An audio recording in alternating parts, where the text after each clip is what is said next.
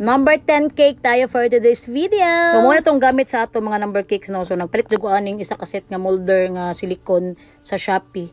Para din ako magkat-kate kay sayang ko sa mga cutting sa cake. So, ang uban kay dili ganan po molder. So, ang uban kay ganan po molder. So, dili dyan siya perfect ayo ni unmold gani mo sa silicone nga molder. Dali siya mga milit.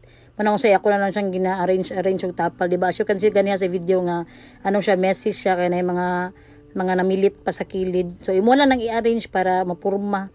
And then, magbutang naman kag-icing sa top. So, under the sea, ang team ani sa ato ang number 10 cake. Pag once mabut nga na nimong icing ang number cake is purma na jud na siya number, o diba? So, balag mga bungkag ang kilid-kilid basta kay pambalik-balik lang to mga kuan para mapurma siya 10. So, bet na ko ang number nga silicone kaysa mag-cut-cut kay dagan yung sayang basta i-cut-cut nimo ang kanang number cake. And this is the final look sa atong number 10 cake na under the sea team. Thank you so much, madam, for trusting. Super late upload na dyan kayo ang video.